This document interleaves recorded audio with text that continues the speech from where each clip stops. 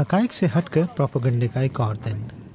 عراق کے سرکاری ٹیلی ویژن پر فوج کو تقریب پر قبضہ واپس حاصل کرنے کی کوشش کرتے دکھایا جا رہا ہے۔ دور دور تک شہر کا کوئی نشان نہیں اور یہ بھی واضح نہیں کہ صحرا میں بنائی جانے والی ان تصاویر کا مطلب کیا ہے۔ تقریر سے آنے والی اطلاعات کے مطابق سنی شدت پسندوں نے شہر کی طرف جانے والی سڑکوں پر دھماکہ خیز مواد سے بھری درجنوں رکاوٹیں کھڑی کر رکھی ہیں۔ جنگ جاری ہے اور ابھی ہمیں کئی مرحلے عبور کرنے ہیں، لیکن جو کل اور گزشتہ رات طے کیا گیا وہ پہلا مرحلہ تھا۔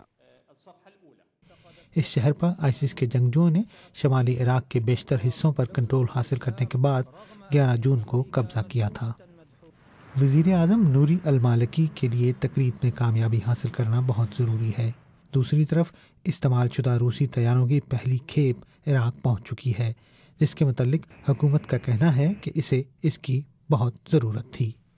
بی بی سی کے بغداد میں نامہ نگار پال ایڈمز کا کہنا ہے کہ اگرچہ آئسس کے ویڈیوز اور بیانات کو پروپیگنڈا کہہ کر رد کرنا بہت آسان ہے، لیکن آئسس کے خلافت کے اعلان کی ایک مذہبی، ثقافتی اور تاریخی اہمیت بھی فراموش نہیں کی جا سکتی۔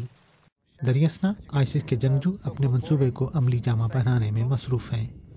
انہوں نے حالیہ ویڈیو میں عراق اور شام کے درمیان نو آبادیاتی دور کی سرحد کو مٹا کر نئے علاقے کا نام اسلامی ریاست رکھا ہے، جو کہ آئسس کے مطابق شام کے شہر حلب سے عراق کے شہر دیالہ تک ہے۔ عارف شمیم، BBC نیوز۔